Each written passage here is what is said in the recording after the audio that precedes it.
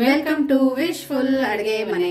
ಇವತ್ತು ನೋಡಾಶ ನಾವು 1 ಕಪ್ ತೊಗರಿ ಬೇಳೆಯಿಂದ ನಾವು ಉತ್ತರ ಕರ್ನಾಟಕದ್ದು ಒಂದು ಪಾಲಕ್ದು ಒಂದು ರೆಸಿಪಿ ಮಾಡೋಣ. ತೊಗರಿ ಬೇಳೆ ಮತ್ತು ಪಾಲಕ್ ಹಾಕ್ಬಿಟ್ಟು ಇಲ್ಲೊಂದು ಕುಕ್ಕರ್ ಅನ್ನ ತಗೊಂಡಿರೋದು. ಇವಾಗ ಈ ಕುಕ್ಕರ್ ಒಳಗಡೆ ನಾವು 1 ಕಪ್ ದಷ್ಟು ತೊಗರಿ ಬೇಳೆನ ಹಾಕೊಂಡು ಇದನ್ನ 2 ರಿಂದ 3 ಸರ್ತಿ ನಾವು ವಾಶ್ ಮಾಡ್ಕೊಂಡು ಬರೋಣ. ನೋಡೇಶ ಇದನ್ನ ನಾವು 3 ಸಲ ವಾಶ್ ಮಾಡ್ಕೊಂಡು ಬಂದೀವಿ. ಇವಾಗ ನಾನು ಇದ್ರ ಒಳಗಡೆ ಒಂದ್ 2 ಗ್ಲಾಸ್ ಅಷ್ಟು ನೀರನ್ನ ಹಾಕೋತೀನಿ. ಒಂದೊಂದ್ ಬೇಳೆ ಒಂದೊಂದ್ ತರ ಬೇಯೋದ್ರಿಂದ ನೀವು ನೋಡಿ ನೀರನ್ನ ಹಾಕೊಳ್ಳಿ. ಬೇಳೆ ಚೆನ್ನಾಗಿ ಬೇಯಬೇಕು. ಹೌದು, ನೀವು ನಾರ್ಮಲ್ ಆಗಿ ಬೇಳೆ ಹೆಂಗ್ ಬೇಯಿಸ್ಕೊತೀರಾ ಆ ತರ ಬೇಯಬೇಕು. ನೋಡಿ ಕುಕ್ಕರ್ ಅಲ್ಲಿ ಬೇಳೆ ಇಟ್ಟಿದೀವಲ್ವಾ, ಇವಾಗ 1 ಸ್ಪೂನ್ ಎಣ್ಣೆನ ಹಾಕೊಳ್ತಾ ಇದೀವಿ. ಎಣ್ಣೆ ಹಾಕೊಳ್ಳೋದ್ರಿಂದ ಬೇಳೆ ತುಂಬಾ ಚೆನ್ನಾಗಿ ಬೇಯುತ್ತೆ. ಅದಕ್ಕೆನೆ ಸಣ್ಣದಾಗಿ ಕಟ್ ಮಾಡಿರೋ ಪಾಲಕನ್ನ ಸೇರಿಸ್ಕೊಳ್ತಾ ಇದೀನಿ. ನೋಡಿ ಈ ತರ ಸಣ್ಣ ಸಣ್ಣದಾಗಿ ಕಟ್ ಮಾಡಿದ್ರೆ ಚೆನ್ನಾಗಿರುತ್ತೆ. ಇವಾಗ ಪಾಲಕ್ ಹಾಕಿದ ನಂತರ ಇಲ್ಲಿ ನಾನು 2 ದಪ್ಪ ಟೊಮೆಟೊನ ಕಟ್ ಮಾಡ್ಕೊಂಡು ತಗೊಂಡಿದ್ದೀನಿ. ಇದನ್ನು ಸಹ ಇದ್ರ ಒಳಗಡೆ ಹಾಕೊಳ್ಳೋಣ. ಅದ್ರ ಕೂಡ ಆಶಾ ಇಲ್ಲಿ ನಾನು ಒಂದು 5 ಹಸಿಮೆಣಸಿನಕಾಯಿನ ಮಧ್ಯದಲ್ಲಿ ಸೀಳಿ ಬಿಟ್ಟು ತಗೊಂಡು ಹಾಕೋತಾ ಇದ್ದೀನಿ. ಸೊ ಇದನ್ನು ಸಹ ಇದೇ ತರ ಹಾಕೊಳ್ಳೋಣ. ಹೆಂಗೂ ತೆಳಗಡೆ ನೀರ್ ಹಾಕೊಂಡಿದೀವಿ, ಹಾಗಾಗಿ ಇವಾಗ ನೀರ್ ಹಾಕೊಳ್ಳೋದೇನ್ ಬೇಕಾಗಿಲ್ಲ. ಇವಾಗ ಇದಕ್ಕೆ ಲಿಡ್ ಅನ್ನ ಮುಚ್ಚಿಬಿಟ್ಟು ನಾವು ಒಂದು 5 ರಿಂದ 6 ವಿಸಲ್ ಅನ್ನ ತಕೊಳ್ಳೋಣ. ಸೊ ನೋಡಿ ಇಲ್ಲಿ ದಪ್ಪ ತಳೆ ಇರೋದ್ ಪಾತ್ರೆನ ತಗೊಳ್ಳೋಣ. ದಪ್ಪ ತಳೆಯಿಂದ ಪಾತ್ರೆ ತಗೊಂಡ್ಬಿಟ್ಟು ಇದ್ರ ಒಳಗಡೆ ನಾನು ಒಂದ್ 2 ಸ್ಪೂನ್ ಅಷ್ಟು ಎಣ್ಣೆನ ಹಾಕೋತೀನಿ. ಸೊ ಇವಾಗ ಫ್ಲೇಮ್ ಅನ್ನ ಹಾಯಲ್ಲಿ ಇಟ್ಕೊಂಡು ಎಣ್ಣೆ ಚೆನ್ನಾಗಿ ಕಾಯ್ದ ನಂತರ ಇದ್ರ ಒಳಗಡೆ ನಾವು ಸಾಸಿವೆ ಮತ್ತು ಜೀರಿಗೆನ ಹಾಕೊಳ್ಳೋಣ. ನೋಡಿ ಇವಾಗ ಕರಿಬೇವಿನ ಸೊಪ್ಪನ್ನು ಕೂಡ ಸೇರಿಸ್ಕೊಬೇಕು. ಸಣ್ಣದಾಗಿ ಕಟ್ ಮಾಡಿರೋ ಈರುಳ್ಳಿ. ಫ್ಲೇಮ್ ಅನ್ನ ಹಾಯಲ್ಲಿನೇ ಇಟ್ಕೊಂಡಾಯ್ತ ಚೆನ್ನಾಗಿ ಇದನ್ನ ಹುರ್ಕೊಳ್ಳೋಣ. ನಮ್ಮ ಚಾನಲ್ ಅಲ್ಲಿ ಉತ್ತರ ಕರ್ನಾಟಕದ ಸುಮಾರು ರೆಸಿಪಿಗಳನ್ನ ಹಾಕಿದೀವಿ. ನೀವು ಚಾನಲ್ಗೆ ವಿಸಿಟ್ ಮಾಡಿದ್ರೆ ಗೊತ್ತಾಗುತ್ತೆ. ಸೊ ಇವಾಗ ನೋಡಿ ಇದು ಈರುಳ್ಳಿ ಚೆನ್ನಾಗಿ ಫ್ರೈ ಆಗಿದೆ, ಸ್ವಲ್ಪ ಕೆಂಪಾಗಿದೆ. ಇವಾಗ ಇದ್ರ ಒಳಗಡೆ ಅಷ್ಟೇ ನಾವು ಕ್ರಶ್ ಮಾಡ್ಕೊಂಡು ಇಟ್ಕೊಂಡಿರುವಂತ ಶುಂಠಿ ಮತ್ತು ಬೆಳ್ಳುಳ್ಳಿನ ಹಾಕೊಳ್ಳೋಣ. ಹೌದು. ಸೊ ಫ್ಲೇಮ್ ಅನ್ನ ಹಾಯಲ್ಲಿನೇ ಇಟ್ಕೊಳ್ಳಿ. ಇವಾಗ ಶುಂಠಿ ಮತ್ತು ಬೆಳ್ಳುಳ್ಳಿದ್ದು ಹಸಿ ವಾಸನೆ ಹೋಗೋ ತನಕ ಹುರ್ಕೊಳ್ಳೋಣ. ನಾವು ಬೇರೆ ಬೆಳ್ಳುಳ್ಳಿ ಕೂಡ ಹಾಕೋಬಹುದಾ? ಬರೀ ಬೆಳ್ಳುಳ್ಳಿನೂ ಹಾಕೋಬಹುದು.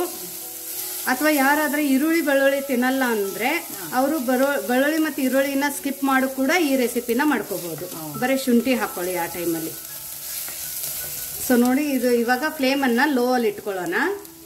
ಇವಾಗ ಫ್ಲೇಮ್ ಅನ್ನ ಲೋ ಅಲ್ಲಿ ಇಟ್ಕೊಂಡು ಇದ್ರೊಳಗಡೆ ನಾವು ಒಂದ್ ಸ್ವಲ್ಪ ಅರಿಶಿಣದ ಪುಡಿನ ಹಾಕೊಳ್ಳೋಣ. ಅರಿಶಿಣದ ಪುಡಿ ಹಾಕೊಂಡು ಜಸ್ಟ್ ನೀವು ಈ ತರ ಮಿಕ್ಸ್ ಮಾಡ್ಕೊಳ್ಳಿ. ಈ ತರ ಮಿಕ್ಸ್ ಆದ ನಂತರ ಇವಾಗ ನಾವು ಕುಕ್ಕರಲ್ಲಿ ಏನ್ ಬೇಳೆ ಮತ್ತೆ ಪಾಲಕನ್ನ ಕುದಿಸ್ಕೊಂಡಿದೀವಲ್ಲ ಟೊಮೆಟೊ ಹಾಕಿ, ಅದು ತುಂಬಾ ಚೆನ್ನಾಗಿ ಕುದ್ದಿದೆ. ನೋಡಿ ನೋಡಿ ಈ ತರ ಬೇಯಿಸ್ಕೊಬೇಕು. ಹೌದು.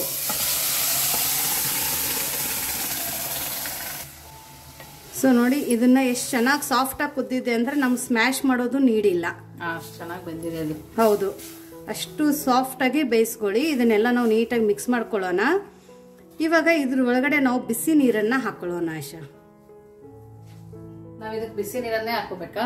ಹೌದು, ಯಾಕಂದ್ರೆ ಬೇಗ ಕುದಿ ಬರುತ್ತೆ, ತುಂಬಾ ಗಟ್ಟಿ ಆಗುತ್ತೆ. ನಾನೊಂದ್ ಸ್ವಲ್ಪ ತಿಳು ಮಾಡ್ಕೋತೀನಿ.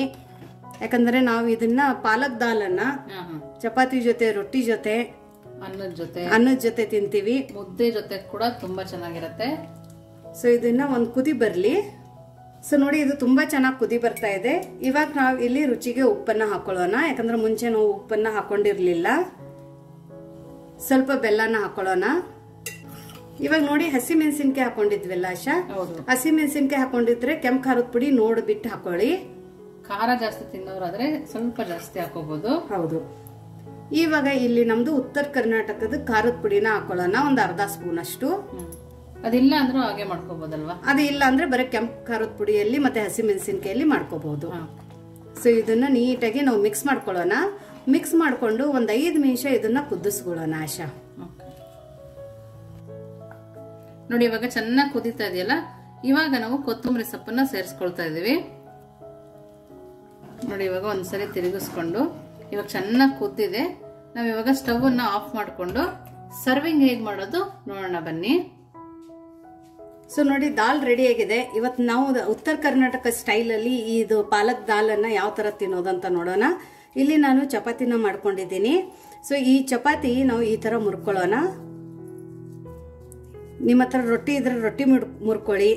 ಕಡಕ್ ರೊಟ್ಟಿ ಜೊತೆನೂ ಚೆನ್ನಾಗಿರುತ್ತೆ, ಚಪಾತಿ ಜೊತೆ ಚೆನ್ನಾಗಿರುತ್ತೆ.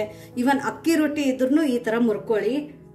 ನಿಮಗೆ ಸಾಫ್ಟ್ ಚಪಾತಿ ಬೇಕಂದ್ರೆ ಕಮೆಂಟ್ ಮಾಡಿ ತೋರಿಸ್ತೀವಿ. ಇದ್ರ ಮೇಲ್ಗಡೆ ಒಂದು ಸೌಟ್ ಈ ಪಾಲಕ್ ದಾಲನ್ನು ಹಾಕೊಂಡು ತಿಂತಾ ಇದ್ರೆ ನೀವೇ ಕಮೆಂಟ್ ಮಾಡಿ ಹೇಳಿ ಹೇಗಿರುತ್ತೆ ಅಂತ. ಇದ್ರ ಮೇಲ್ಗಡೆ ಒಂದು ಅರ್ಧ ಸ್ಪೂನ್ ತುಪ್ಪ ಹಾಕೊಳ್ಳೋಣ ಅಂಶ. ಇಷ್ಟು ಸಖತ್ತಾಗಿ ಟೇಸ್ಟ್ ಬರುತ್ತೆ. ಇವಾಗಲೇ ಬಾಯಲ್ಲಿ ನೀರು ಬರ್ತಾ ಇದೆ. ಇದನ್ನ ಮಿಕ್ಸ್ ಮಾಡಿಬಿಟ್ಟು ನೋಡು ಅಂಶ ಹೇಗಾಗಿದೆ.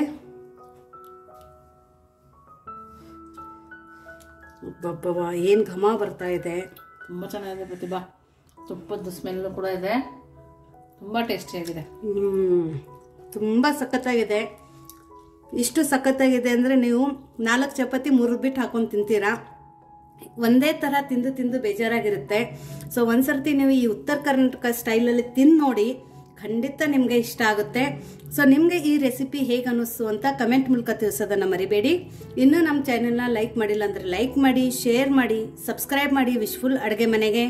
Thank you.